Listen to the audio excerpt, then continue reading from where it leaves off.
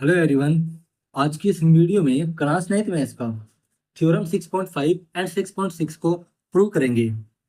मैं इससे पहले थ्योरम्स को प्रूव करा चुका हूं जो 6.2 के इंट्रोडक्शन में है, तो आप उनको भी जा करके देखिएगा। मैं आपको उनका लिंक डिस्क्रिप्शन में दे दूंगा। और जैसे कि ये चैप्टर बहुत इंपॉर्टेंट है क्योंकि बेसिक चैप्टर है जियोमेट्री का, क्योंकि आपकी जियोमेट्री यहाँ से स्टार्ट हो जाती है और जियोमेट्री को पढ़ने के लिए उसका बेसिक क्लियर होना आपको बहुत जरूरी है। तो आपका जो बेसिक है इस चैप्टर 6 में है, तो आप इस चैप्टर 6 को हल्के में लेके ना चले, क्योंकि जो अगले नेक्स्ट 4 चैप्टर है वे टिल जियोमेट्री पर ही बेस है, तो उनका ये बेसिक है। अगर आप लोगों ने ये 6 चैप्टर अच्छे से नहीं किया, इसका हर एक कॉन्सेप्ट आप लोगों ने याद नहीं रखा, तो आप लोग अगले 4 चैप्टर अच्छे से नहीं कर पाएंगे। तो इसीलिए मैं जो चैप्टर नंबर 6 करा रहा हूँ आपकी very very very very most important है, बहुत इंपॉर्टेंट है ये चैप्टर आपके लिए। इस चैप्टर पर ही अगले चैप्टर की आस टिकी हुई है।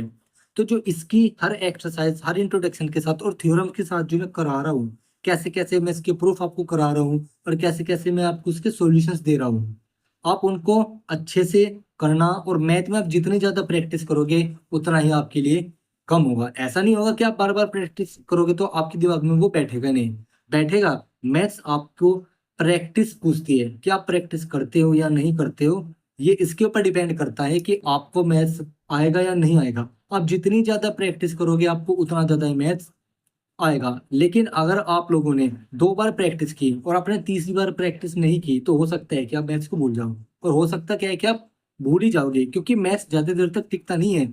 ये बार बार प्रैक्टिस मांगता है, कम से कम एक चैप्टर की 3 से 4 बार तो आपको रिवीजन करना होगा। क्योंकि जब मैं 9th और 10th क्लास में था तो मैंने भी कम से कम 4 से 5 बार एक एक चैप्टर का रिवीजन किया।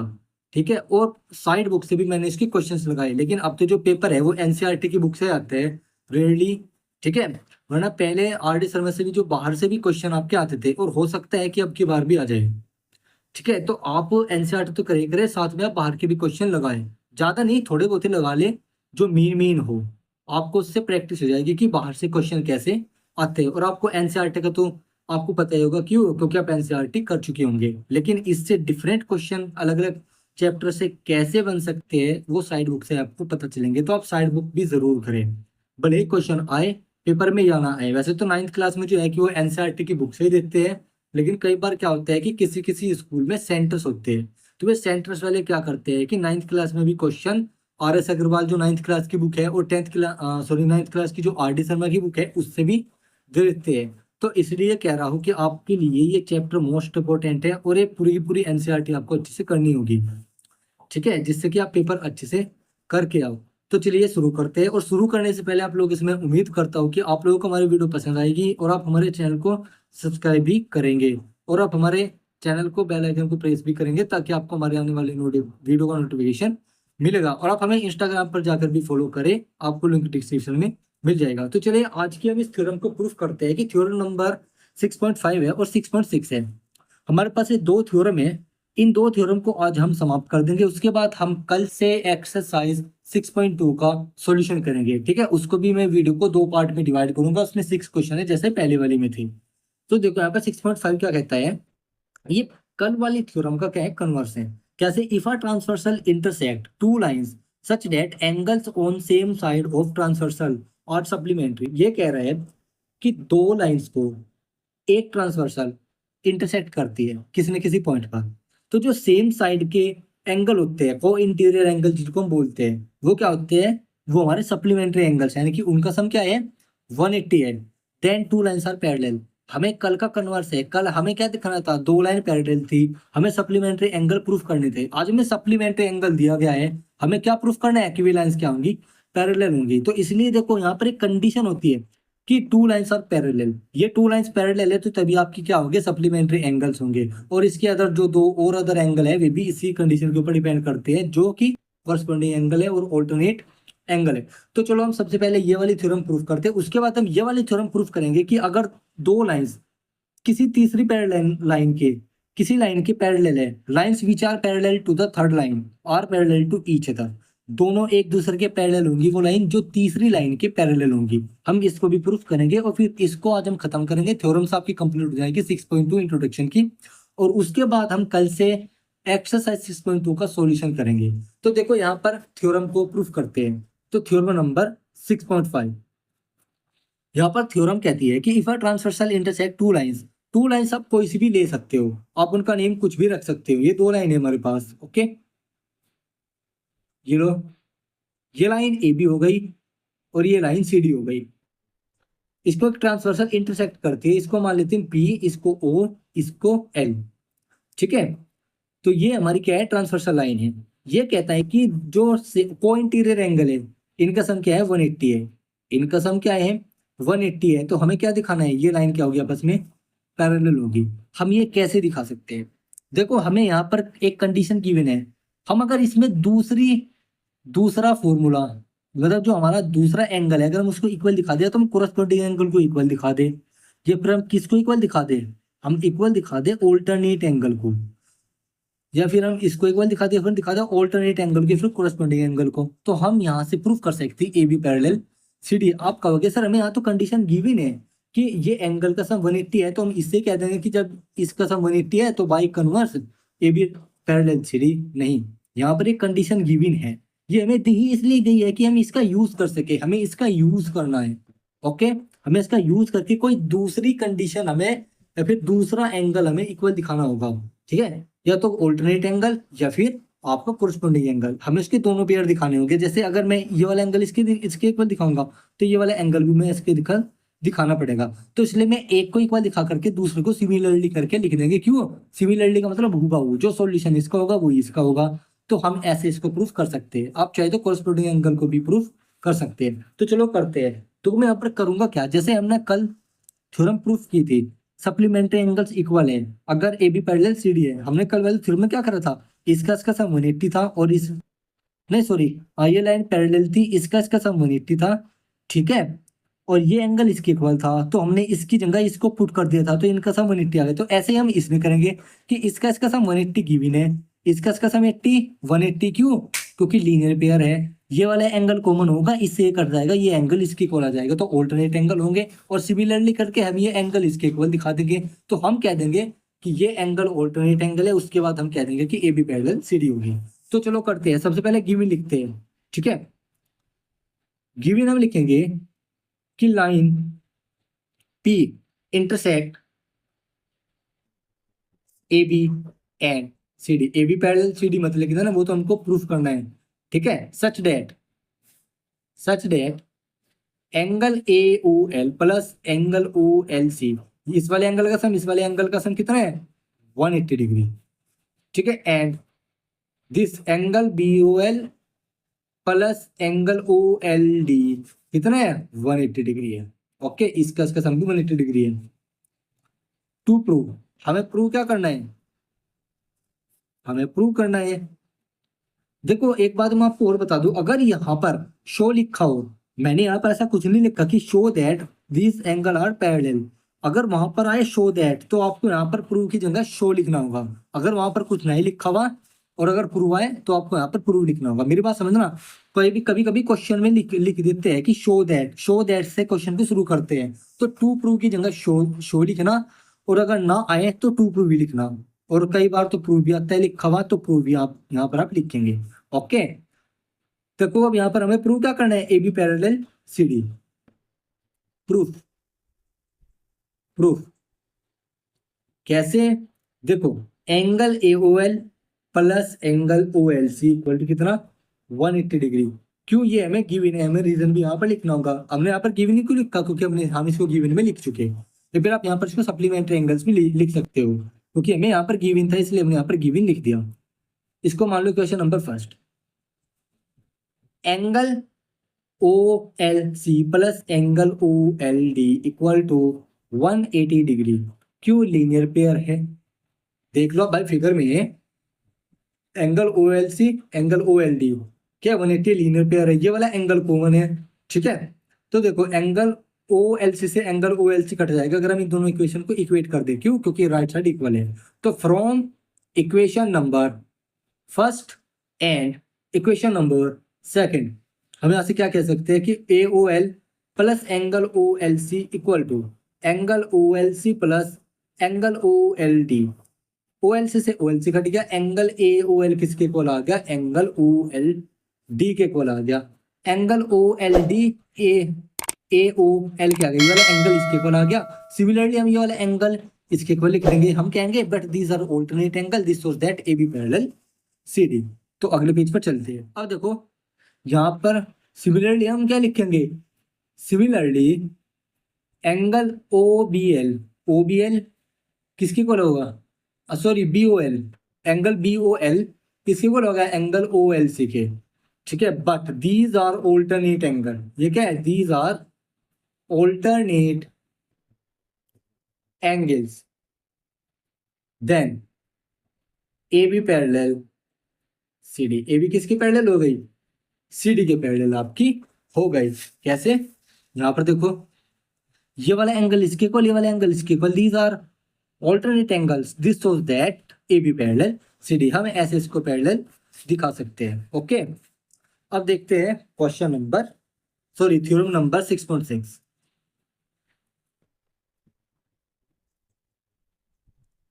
देखो थ्योरम नंबर 6.6 है आपकी, गिवन में लिखते हैं, यहाँ पर साथ के साथ इसका सॉल्यूशन करते हैं। यहाँ पर वो कहता है, मैं यहाँ पर इसकी एक बार फिगर बना लेता हूँ, ठीक है, गिवन में नीचे लिखूंगा। देखो यहाँ पर एक लाइन है AB, एक लाइन है CD, ठीक है, एक लाइन है EF, ठीक है। AB लाइन CD के पैरेलल है और EF लाइन CD के पैरेलल है, ठीक है। और हमें यहाँ पर प्रूफ करना है कि EF AB के पैरेलल है, यानी कि उसने कहा कि जब दो लाइन किसी तीसरी लाइन के पैरेलल हो तो वे आपस में भी क्या होंगी, पैरेलल होंगी। हमें यही थ्योरम यहाँ पर प्रूफ करनी है। तो सॉरी गिवन लिखेंगे, गिवन लिखेंगे।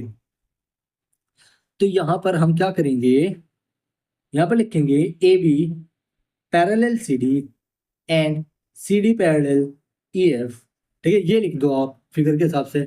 तो टू शो, अगर उसमें शो लिखा होगा तो टू शो या फिर टू प्रूव। अब यहाँ पर हम लिखेंगे AB पैरेलल EF, AB किसके पैरेलल होगी, EF के भी पैरेलल होगी। प्रूफ कैसे करेंगे, प्रूफ कैसे करेंगे, कैसे करेंगे भाई, देखो हमें यहाँ पर कंस्ट्रक्शन करनी होगी। कंस्ट्रक्शन कैसे, कि अगर मैं इससे एक लाइन को जोड़ दूं और इससे एक लाइन को जोड़ दूं, ठीक है। देखो मैं यहाँ पर एक लाइन ड्रॉ कर देता हूँ, तो मैं यहाँ पर करता हूँ construction, draw a transversal, transversal intersecting AB CD and EF at points, किन पॉइंट्स पर, अगर मैं यहाँ से एक ट्रांसवर्सल ले लूँ P नाम की, OLM, किसको O पॉइंट पर, L पॉइंट पर एंड M पॉइंट्स पर, ठीक है। ये हमने यहाँ पर एक ट्रांसवर्सल ड्रॉ कर लिया। ओके, अब यहाँ पर देखो कैसे कर सकता हूँ। देखो मैं सबसे पहले इसको फिगर में सोल्व करने की कोशिश करता हूँ। यहाँ पर AB है CD के पैरेलल, तो ये एंगल किसके इक्वल होगा, इसके इक्वल होगा, ठीक है। और जब ये लाइन इसके पैरेलल है तो ये वाला एंगल किसके इक्वल होगा, इसके इक्वल होगा, ठीक है। ये इसके इक्वल एंगल, ये इसके इक्वल एंगल, और जब ये एंगल इसके इक्वल है, ये एंगल इसके भी इक्वल है, तो ये एंगल आपस में भी क्या होंगे, इक्वल होगी। इक्वेशन नंबर फर्स्ट और इक्वेशन नंबर सेकंड से। और अगर ये वाला एंगल में इसके इक्वल दिखा दूं तो ये भी कोरस्पोंडिंग एंगल है, तो फिर AB किसके लाइन पैरेलल हो जाएगी, EF के भी पैरेलल आपकी हो जाएगी। तो देखो यहाँ से सॉल्यूशन मिल गया। अब जरूरी नहीं है कि आप लोग इक्वेशन, आप कोरस्पोंडिंग एंगल को इक्वल दिखा सकते हो, आप यहाँ से ऑल्टरनेट एंगल को भी इक्वल दिखा सकते हो। कैसे, ये एंगल इसके इक्वल होगा, क्यों, क्योंकि AB CD के तो पैरेलल है ना, तो ये एंगल इसके इक्वल होगा, होगा नहीं होगा, और ये एंगल इसके इक्वल होगा, ठीक है। ये एंगल इसके इक्वल होगा और ये लाइन इसके पैरेलल है, तो ये एंगल इसके भी इक्वल होगा। ये एंगल इसके इक्वल, ठीक है, और ये एंगल इसके इक्वल, और ये एंगल जब इसके इक्वल, ये एंगल इसके इक्वल, तो ये एंगल इसके इक्वल और ये एंगल इसके इक्वल हो जाएगा। तो हम ऐसे ऑल्टरनेट एंगल को भी इक्वल दिखा सकते हैं, ठीक है। तो यहाँ पर ये वाला ऑल्टरनेट एंगल AB और CD लाइन से मिल करके बन रही है, तो ये तो इक्वल होंगे, क्यों, क्योंकि CD पैरेलल है AB के। हमें कौन से वाले ऑल्टरनेट एंगल है, फिर कौन से वाले कोरस्पोंडिंग एंगल को इक्वल दिखाना है, ए बी और ई एफ को जहां पर ये कट करी है, ये वाले कोरस्पोंडिंग एंगल, और ये वाले यहाँ पर ए बी और ई एफ से जो पी ट्रांसवर्सल के साथ जो एंगल बन रहे हैं उनको हमें इक्वल दिखाना है। इनमें से किसी को दिखा दो, मैं दिखाता हूँ कोरस्पोंडिंग एंगल को, फिर हम सिमिलरली लिख देंगे ये वाला एंगल इसके इक्वल होगा। तो चलो करते हैं इसको।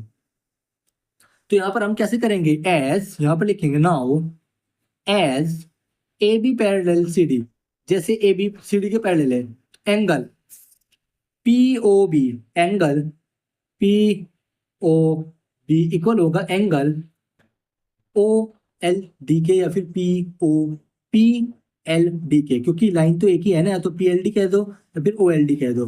तो मैं इसको एंगल ओ एल डी कह देता हूँ, एंगल ओ एल डी के इक्वल होगा।